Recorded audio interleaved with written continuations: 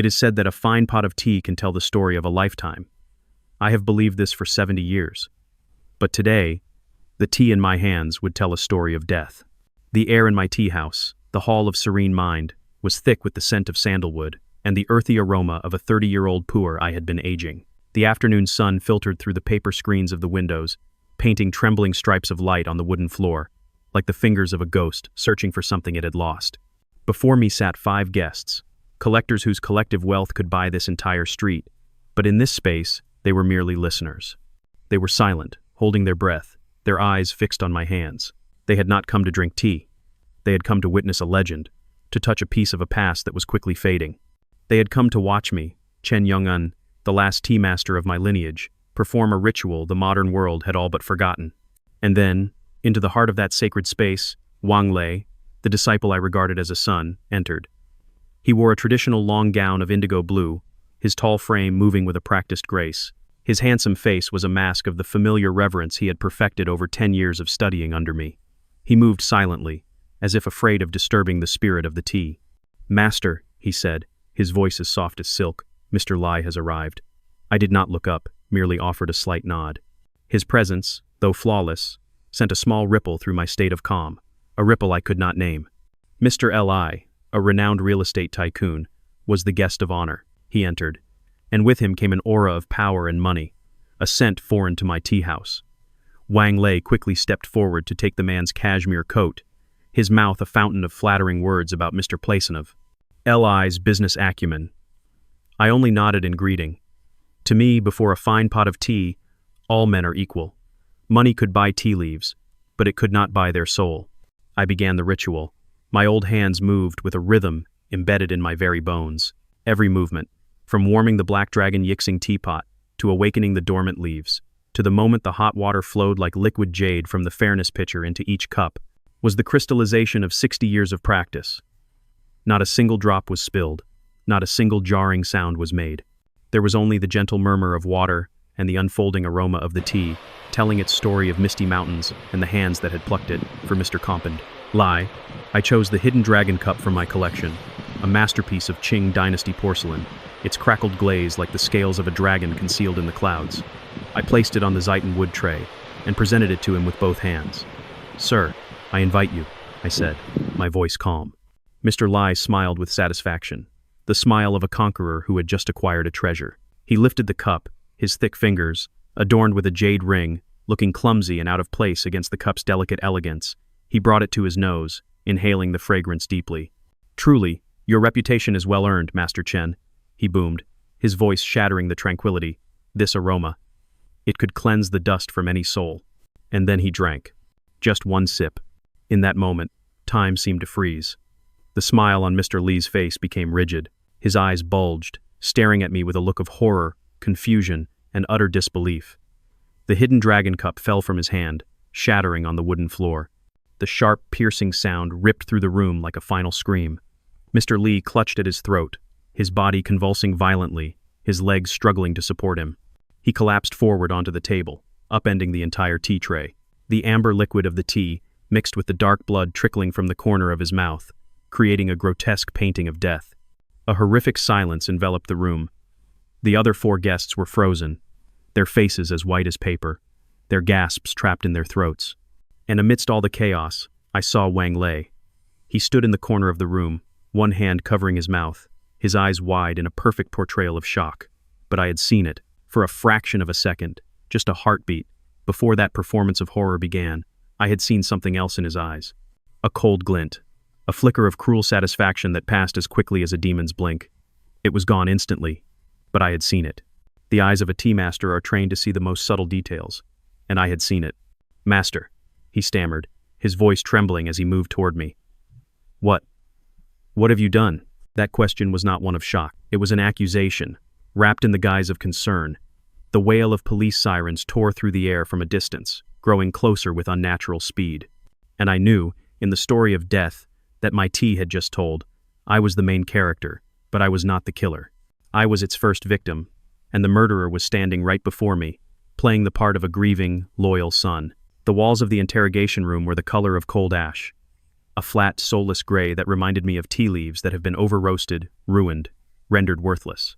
My reputation, the work of my entire life and that of my ancestors, had turned to such ash in a single afternoon.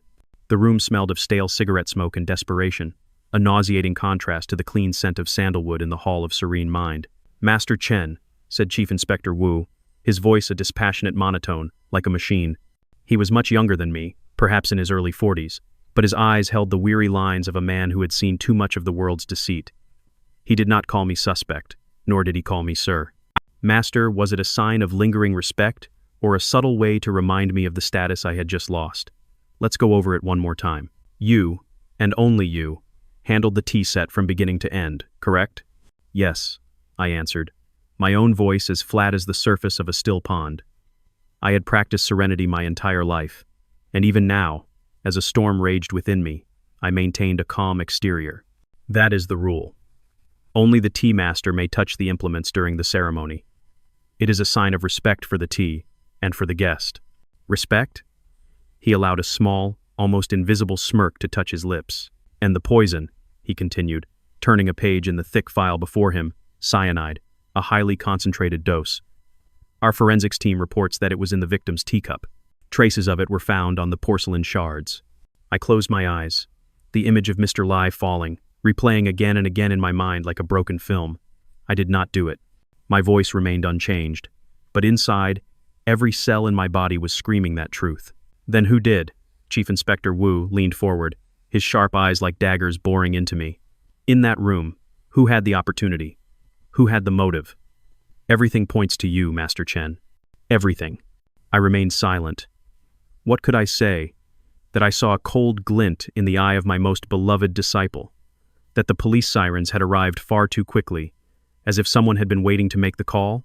That was not evidence. That was intuition. The hypersensitivity of an old man who had lived too long with silence and subtlety. In Chief Inspector Wu's world of concrete steel and hard facts, intuition was worthless. It was merely the rambling of an old man trying to escape blame. They held me overnight on that hard, unforgiving chair.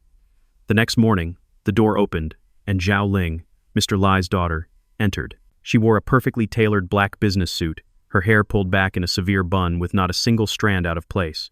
Her face was beautiful, but it was a cold, statuesque beauty. Her eyes held not the grief of a daughter who had just lost her father, but a pure, distilled hatred. "Old man," she said, her voice as sharp as a shard from the broken hidden dragon cup. "Do you think you can get away with this? My father admired you. He said you were a true artist in a world of fakes. You repaid his admiration with death." "I did not kill your father," I repeated, the words sounding weak and meaningless even to my own ears. She let out a short, cruel laugh that did not suit her beautiful face. "The evidence says otherwise. I will not let you rest. I will use every connection, every dollar my father left me, to ensure you pay for this. I will see you rot in prison." When I was finally released on bail, pending investigation, thanks to an old friend who was a lawyer, Wang Lei was there to pick me up. He looked haggard, his eyes were red-rimmed, his face unshaven. A perfect picture of grief and loyalty. "Master, I am so sorry," he said, helping me into his car. "I do not believe you did this. There must be some mistake." I told the police that. I looked at him, searching his face for the cold glint from the day before, but I saw only worry and devotion in his dark brown eyes. Perhaps I was mistaken. Perhaps the shock had caused my old mind to conjure phantoms. Perhaps the evil I saw was just a reflection of my own fear. "I will take care of everything at the tea house," he continued as the car moved. "You must rest. I will find the best lawyer for you." The Hall of Serene Mind had been sealed by the police. As the car drove past, I saw the words "murderer" scrawled in angry red spray paint across the precious cypress wood door. The honor of my family, built over 5 generations, had been defiled in a single night. I returned to my empty house. The phone rang incessantly. Curses from unknown numbers. Threats. The newspapers were calling me the poisonous tea master. I unplugged the phone from the wall, drew the curtains, and surrendered to the darkness. I sat there for hours, in the silence of the room, trying to reconstruct every detail of the fateful ceremony. The aroma, the sounds, the light.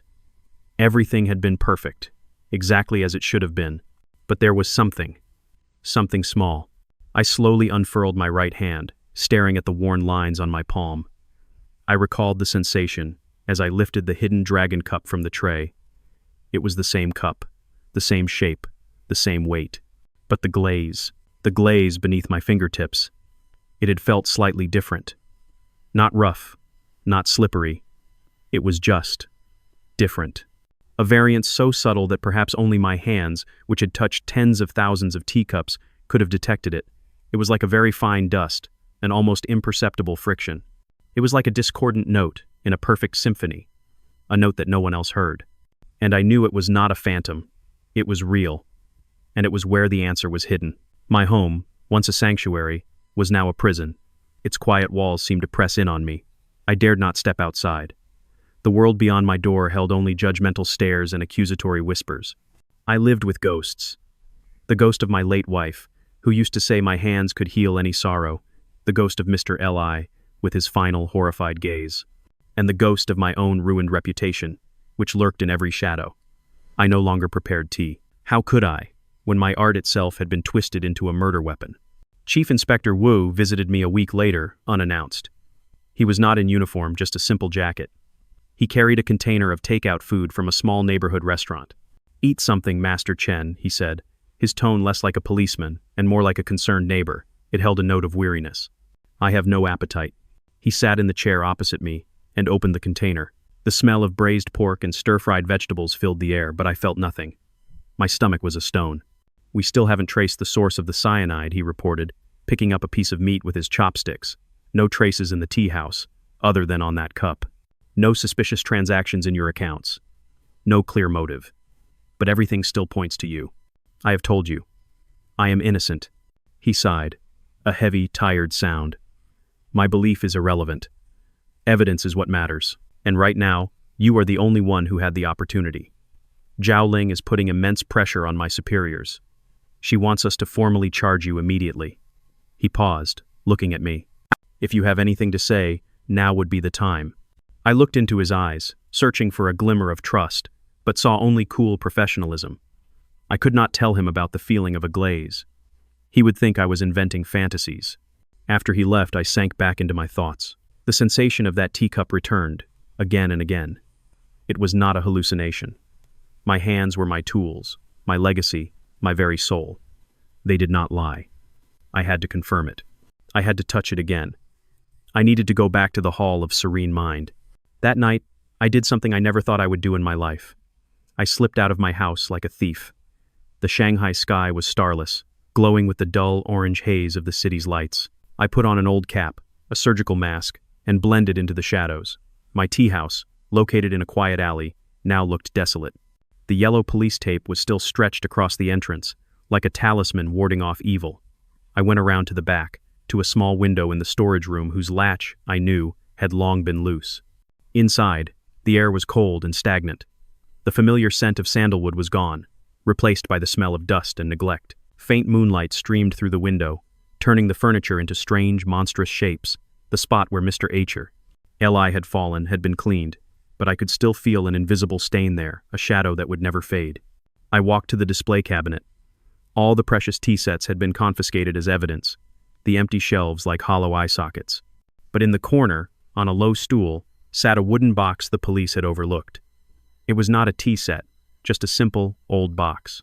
Inside, I knew, were the shards of the hidden dragon cup, which a kind young officer had carefully collected. I put on a pair of thin cotton gloves, the kind I always used when handling my ceramics. I carefully opened the box. The blue and white porcelain fragments lay silently on the cloth lining. My hand trembled as I picked up the largest shard, the one depicting the dragon hiding in the clouds. I closed my eyes, clearing my mind of all thought, focusing only on the sensation in my fingertips. Yes, there it was. That feeling. The glaze was not perfectly smooth like glass. There was a thin coating, a microtexture, almost imperceptible, on its surface. It was not part of the original Qing dynasty glaze. It was something that had been added, an invisible cloak. My mind raced with a theory so wild, yet so chillingly logical. A coating, a chemical film, that could react to temperature, that could release poison when it came into contact with hot water at a precise temperature. The plan was too sophisticated, too diabolical. The killer didn't just want Mr. Plan Zaffand, lie dead. He wanted to use my art, the most sacred ritual I had spent a lifetime perfecting, as the murder weapon. He wanted to destroy me from my very core, turning my legacy into my crime. I heard a noise from the alley outside, the sound of footsteps. Panicked, I quickly placed the shard back in the box, slipped out of the tea house, and hurried home, my old heart pounding against my ribs. I had the answer to how, but the questions of who and why remained, hanging over me like a ghost. I thought of Wang Lei, the disciple who always said my art was priceless, that he would dedicate his life to inheriting it. Inherit. The word echoed in my mind with a new, menacing meaning. Did he mean to inherit it by eliminating its creator? Zhao Ling came to me on a rainy morning. The persistent Shanghai drizzle made everything gray and mournful. She did not call ahead, but simply appeared at my door, a black umbrella dripping onto the concrete step. She didn't ring the bell, just stood there, as if certain I would sense her presence. "I need to speak with you," she said bluntly when I opened the door, without a word of greeting. Her voice was still cold, but the pure hatred from our last encounter had been replaced by a sense of urgency. I let her in. She scanned the house with a cool, appraising eye. But this time I saw her gaze linger on the old photographs on the wall, pictures of my wife and me, pictures of the Hall of Serene Mind in its glory days. "You live simply for a legend," she remarked. "Fame is for others to look at, not for me to live with," I replied with the old saying, pouring her a glass of plain water. I could not bring myself to make tea. She sat down, placing a crocodile leather briefcase on the table. "I have been reviewing my father's financial records," she began, getting straight to the point. "A week before his death, he rejected a major deal. A company called Celestial Tea Treasures wanted to buy his entire collection of vintage pu'er cakes for half of their market value." The name made me freeze. I had heard Wang Lei mention it once, as a new, aggressive competitor. Celestial Tea Treasures? Yes, a new company, but very well funded and ruthless in their methods. And guess who arranged that meeting? She looked at me, waiting. I didn't need to guess. A cold dread seeped into my bones. "Wang Lei," she said, her voice tight. "Your disciple. He told my father that you were about to retire, that your health was failing. He said he would be taking over everything, and as a show of goodwill, he would help Celestial Tea Treasures acquire my father's collection. He claimed he could provide them with teas even more valuable than yours." My father laughed in his face. He said that Chen Yong'an's tea was one of a kind, and an apprentice like him had no standing. This information fit into the puzzle I was assembling with terrifying precision. Wang Lei didn't just want my spiritual legacy. He wanted the commercial empire my reputation had built. Mr. Place. Li, with his dismissive refusal, had become an obstacle, an insult to his ego. "Why are you telling me this?" I asked, looking directly into her eyes. "You still believe I am the murderer?" "I believe you are the primary suspect," she admitted, without flinching. "But I am also a lawyer. I despise narratives that lack logic. Wang Lei has a motive, a very clear one, money and revenge for his wounded pride. You, barring a sudden psychotic break, have no motive at all.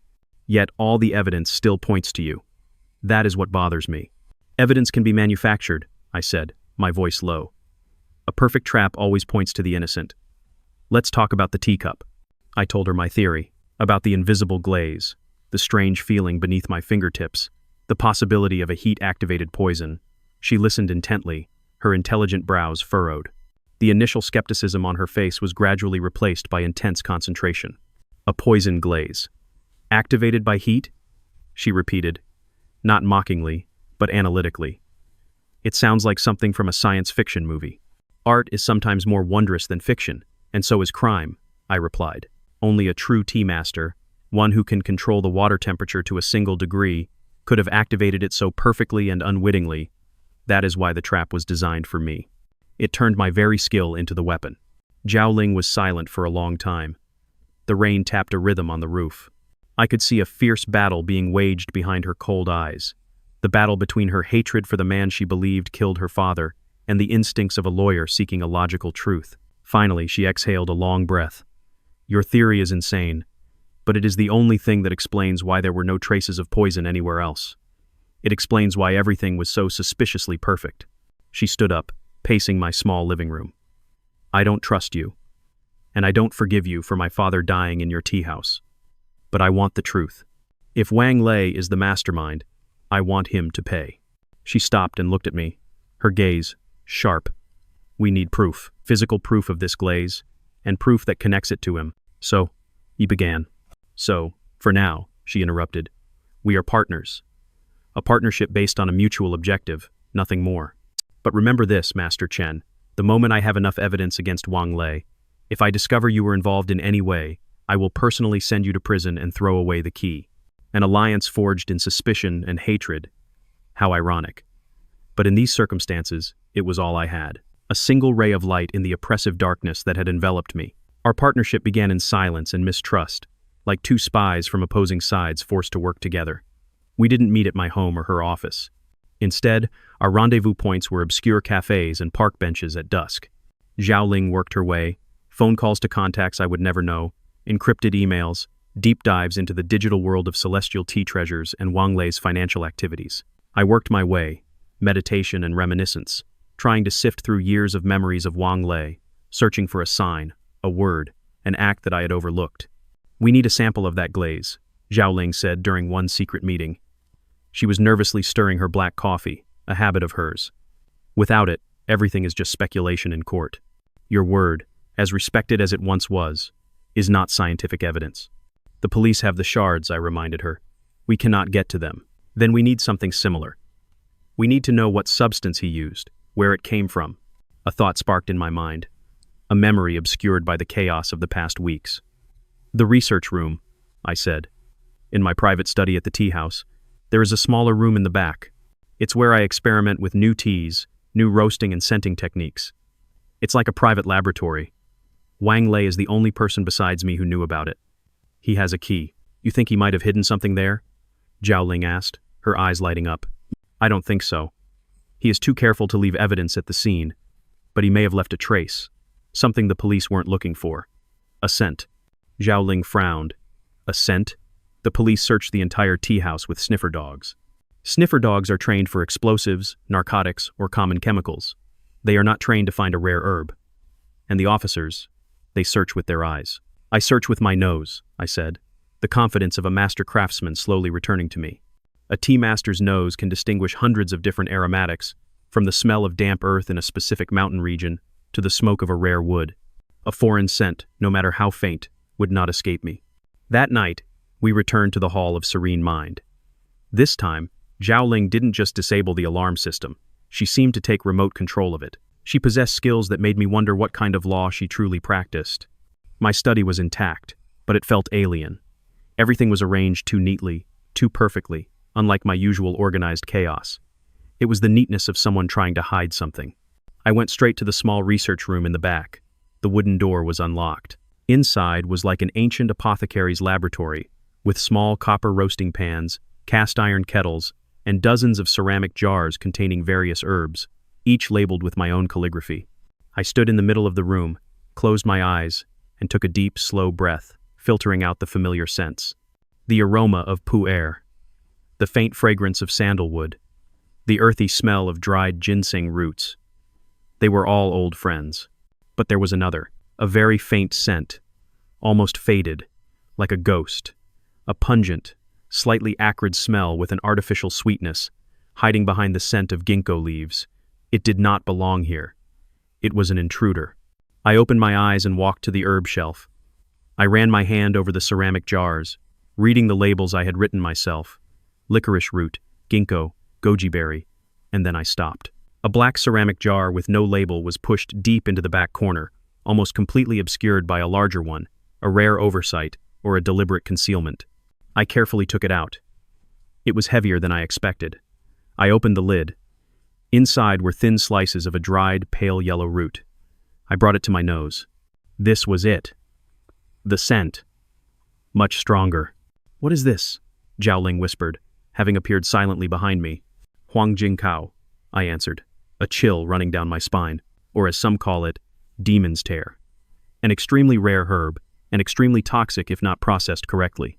The ancients wrote that its resin, when heated to a specific temperature, creates a transparent film as clear as glass. A lethal film. I had never used this herb. It went against every principle of the tea arts. Its presence in my research room had only one explanation. "He was here," I said, my voice filled with bitterness. "He used my room, using the knowledge of herbs I taught him, to create his poison. He used my own legacy against me."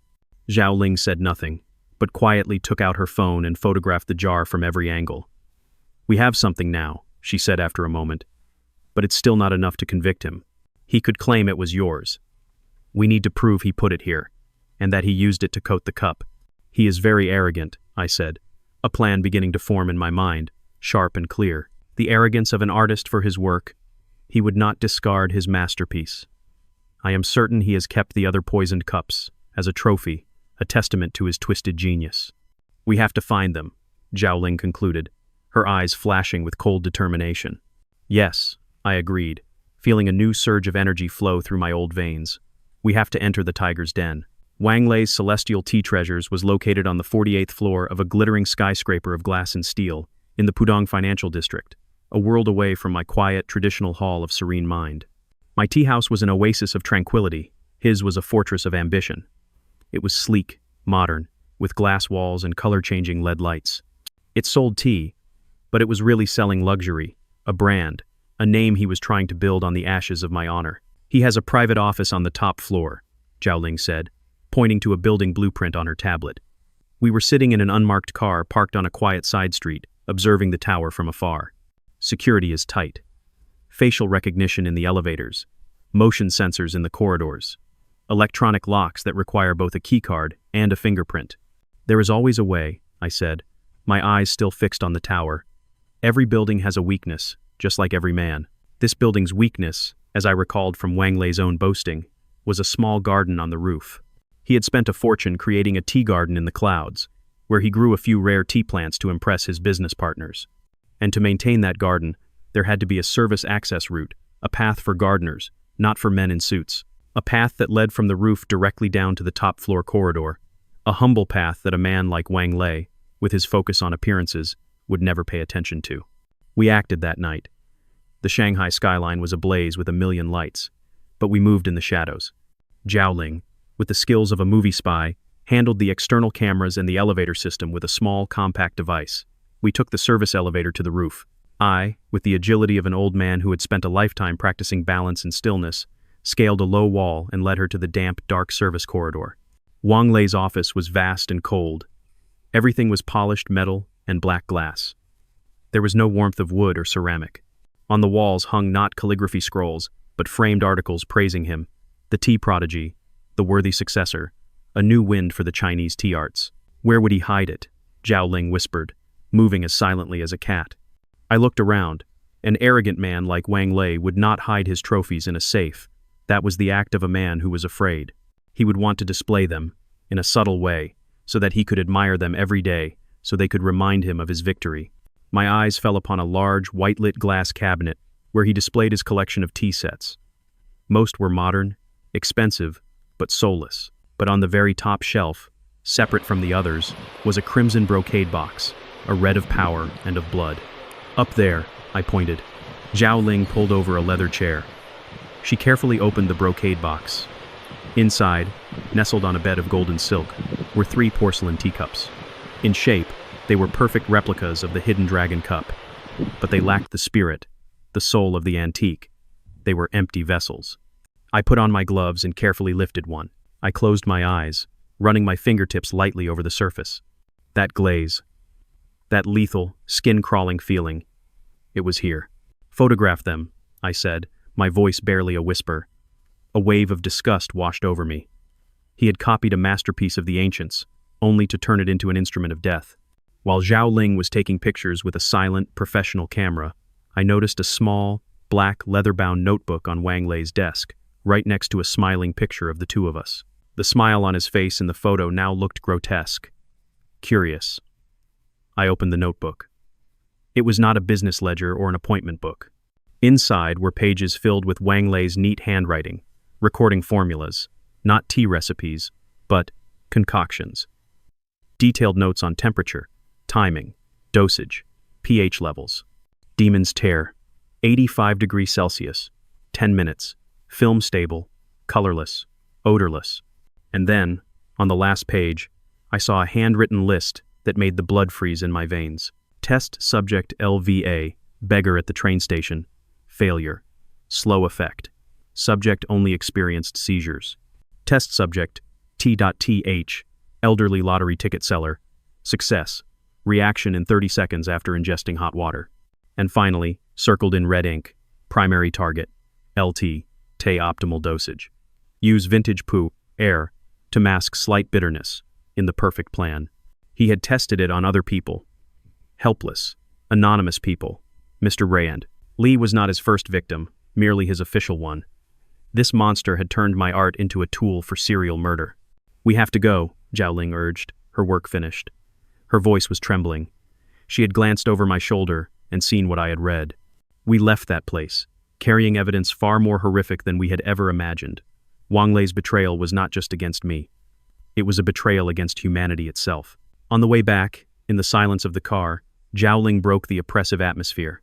"Master Chen," she said, her voice no longer cold, but holding a reluctant respect and a slight tremor. "I was wrong about you. I am sorry."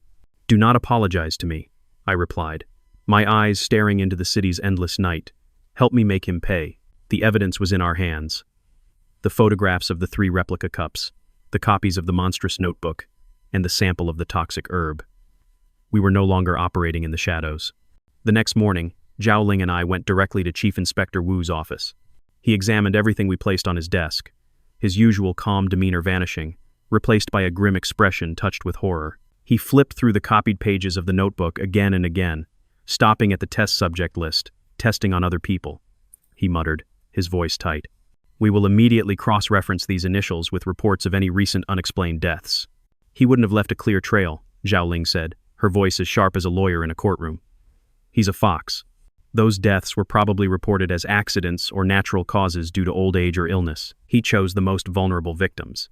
But this notebook, along with the cups and the herb, forms a powerful, interconnected chain of evidence," Chief Inspector Wu asserted, tapping the desk lightly.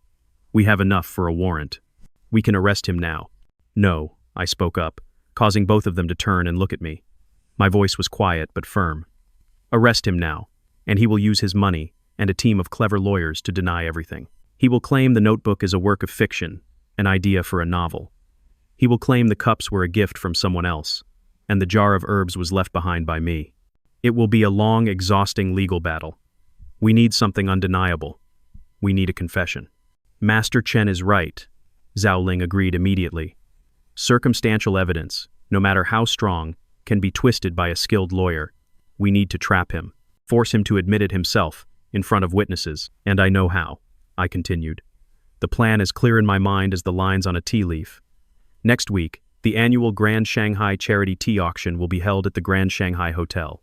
The entire world of Shanghai's tea connoisseurs and wealthy business people will be there. Wang Lei, with his rising fame and immense ego, will certainly not miss the opportunity to present himself as Shanghai's #1 tea master." "What are you planning to do?" Chief Inspector Wu asked, leaning forward, his expression skeptical but intrigued. "I will challenge him," I declared. "A public tea-making competition, right on the stage of the auction. I will use the last of my honor to provoke him. An arrogant man like him, a man who desperately wants to prove he is better than me, will never refuse a public challenge in front of the very people he wants to impress. It would be a humiliation he could not bear." "And where is the trap?" Zhao Ling asked, her eyes lighting up, already grasping my intent. "The trap lies within the teapot and the cups themselves," I explained. "I will have 2 identical tea sets prepared. One of them will be the set of poisoned replica cups we found. I will let him choose. And during the competition, I will bring up a technical detail, a fabricated secret about the glaze that only its creator would know. Under pressure, in front of hundreds of eyes, his wounded pride will make him slip. He will try to prove he knows everything, and that is when he will expose himself." It was a risky plan. It relied not on physical evidence, but on a deep, psychological understanding of Wang Lei. But I had taught him. I had observed him for 10 years. I understood him better than anyone. I knew his pride and arrogance were his Achilles' heel. Chief Inspector Wu considered it for a long time, his fingers tapping a silent rhythm on his desk. "This is a gamble, Master Chen." "Life is sometimes a gamble, Chief Inspector," I replied. Finally, he nodded. "All right. We will cooperate. We will be there, in plain clothes, mixed in with the crowd. Everything will be recorded, audio and video. But if there is any sign of danger, we will intervene immediately." "There will be no danger," I said, a cold certainty in my voice, "because this time I will be the one controlling the temperature of the water, and I will make sure it is hot enough to melt his mask." The following days were spent in preparation. Zhao Ling, using her connections, arranged for me to be an honored guest at the auction, giving me a legitimate reason to be there and issue the challenge. I spent my time in the silence of my home, but it was no longer the silence of despair. It was the silence of a warrior before a decisive battle. I did not practice making tea. I sharpened my mind, preparing every word, every look, every gesture. I was not preparing for a tea ceremony. I was preparing for a war. A final war to reclaim the soul of my art and to bring justice to the innocent. The ballroom of the Grand Shanghai Hotel glittered with crystal chandeliers and echoed with false laughter. The air was thick with the scent of expensive perfume and money.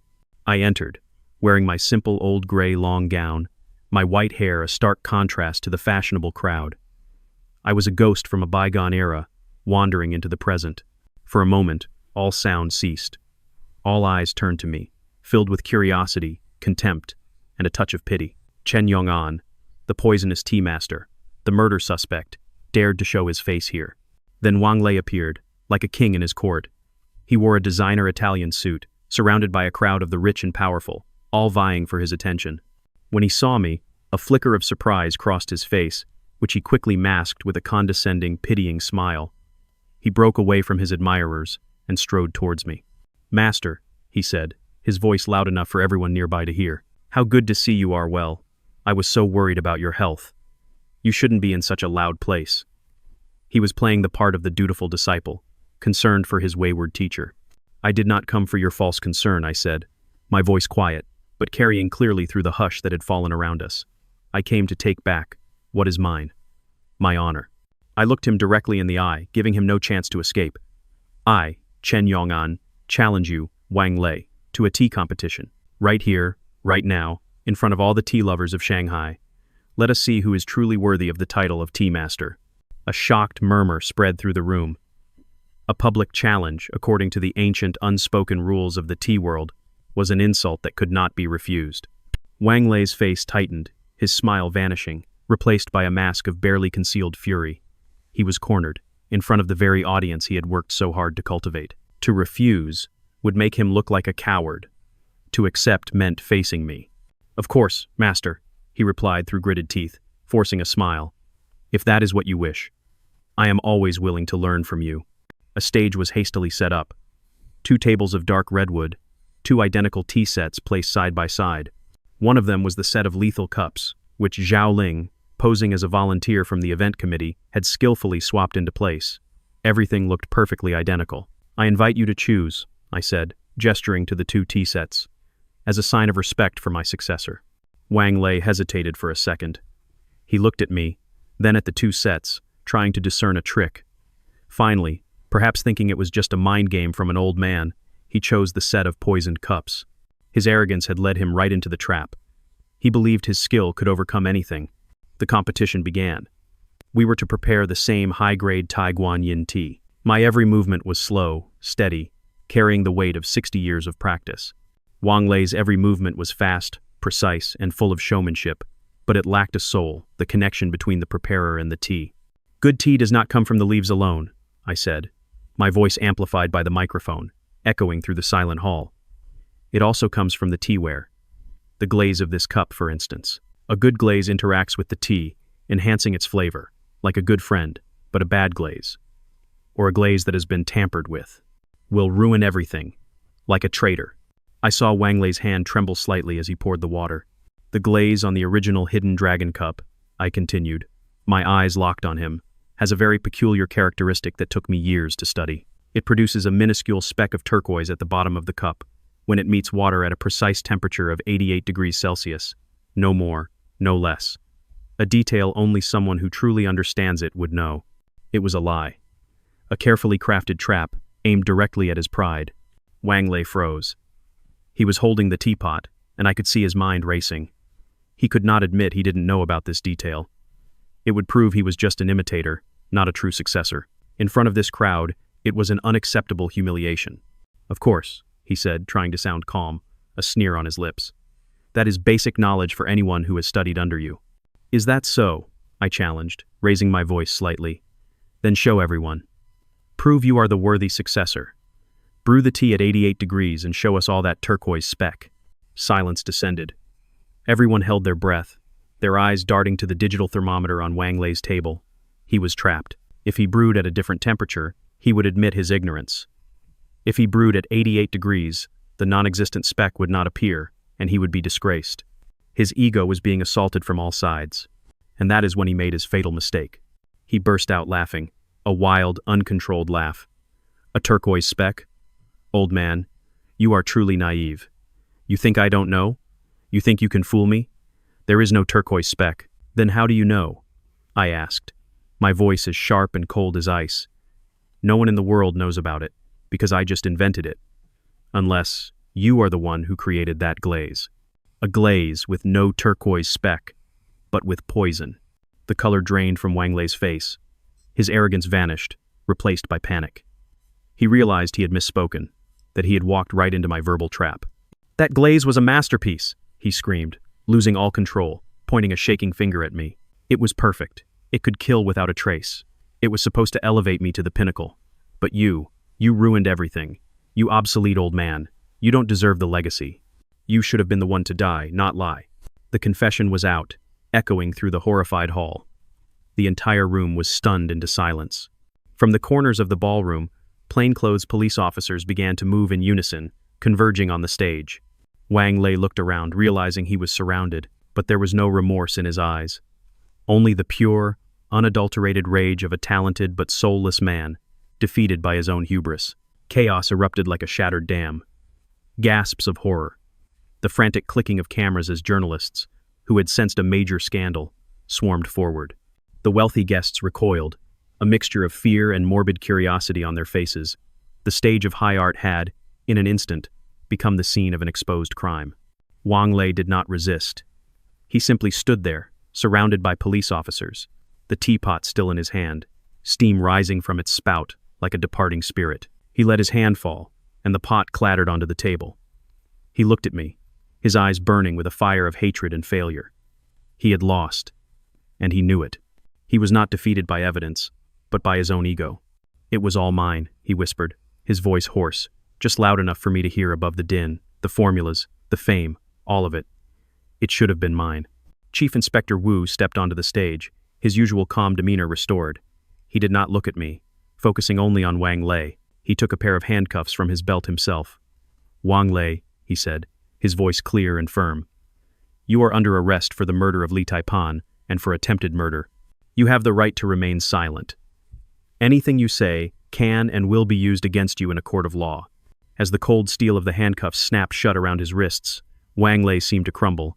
It was not the collapse of remorse, but of a man who had lost everything. He was led away, passing by me without a word, but with one final look, a look that promised this was not over.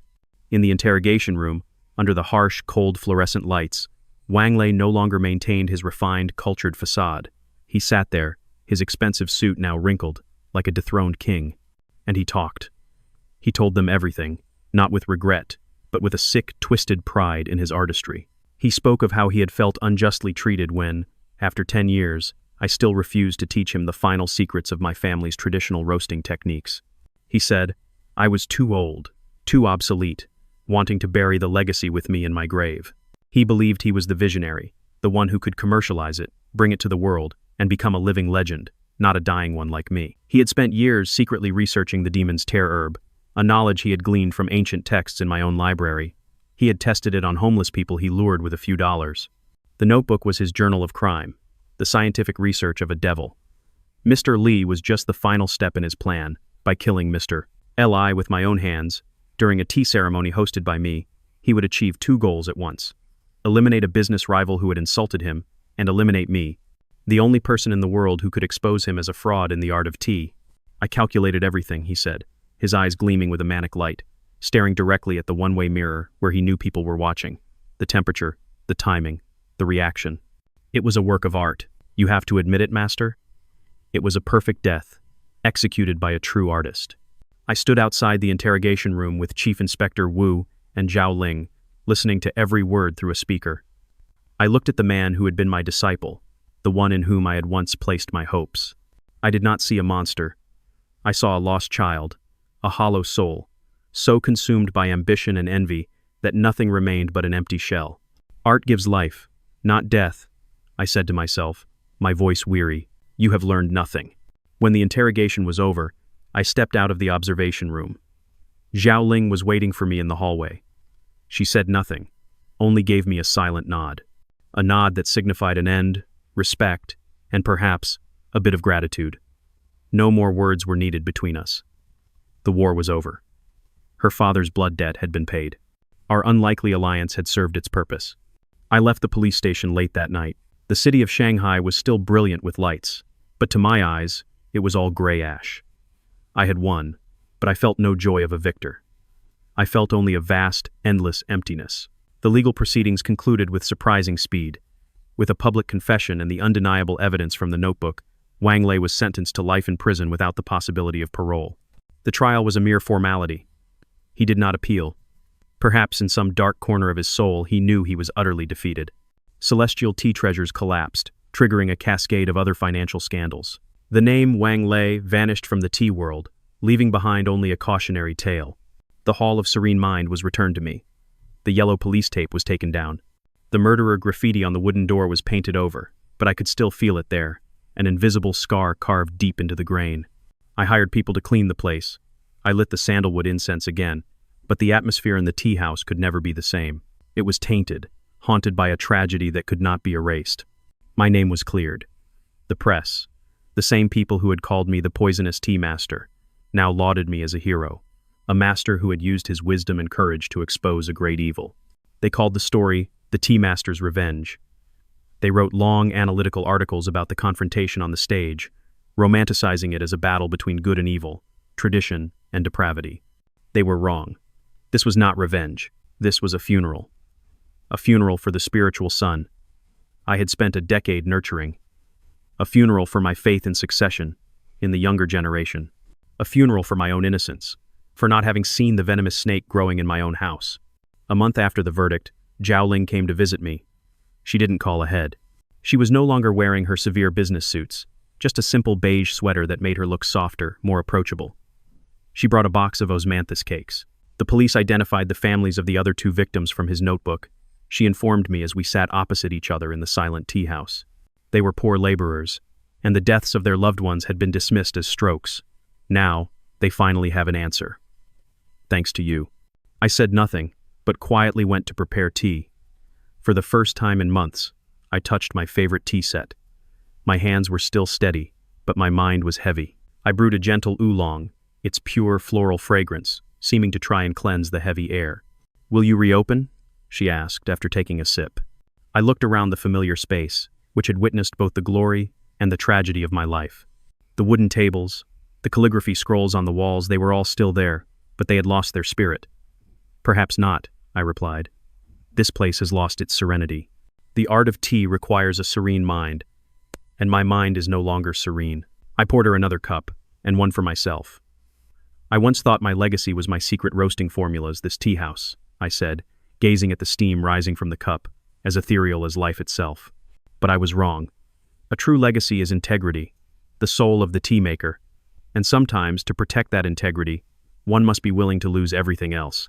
Zhao Ling raised her cup, her eyes meeting mine, no longer with hatred or suspicion, but with a deep understanding. "Thank you, Master Chen, for everything." "And thank you, Lawyer Zhao," I replied, "for choosing to believe in a discordant note." After she left, I sat alone in the empty tea house until dusk fell. The last rays of the sun streamed in, bathing everything in a faded gold, the color of decay. I lifted my teacup and took a sip. It tasted bitter. The bitter taste of ashes after a great fire has consumed everything. Justice had been served, but peace would never return. I was the last tea master, not because I was the best, but because after me, no one would ever again believe in the stories a pot of tea could tell. The stories of trust, of legacy, of honor. They had all turned to dust. And that, perhaps, was the greatest tragedy of all.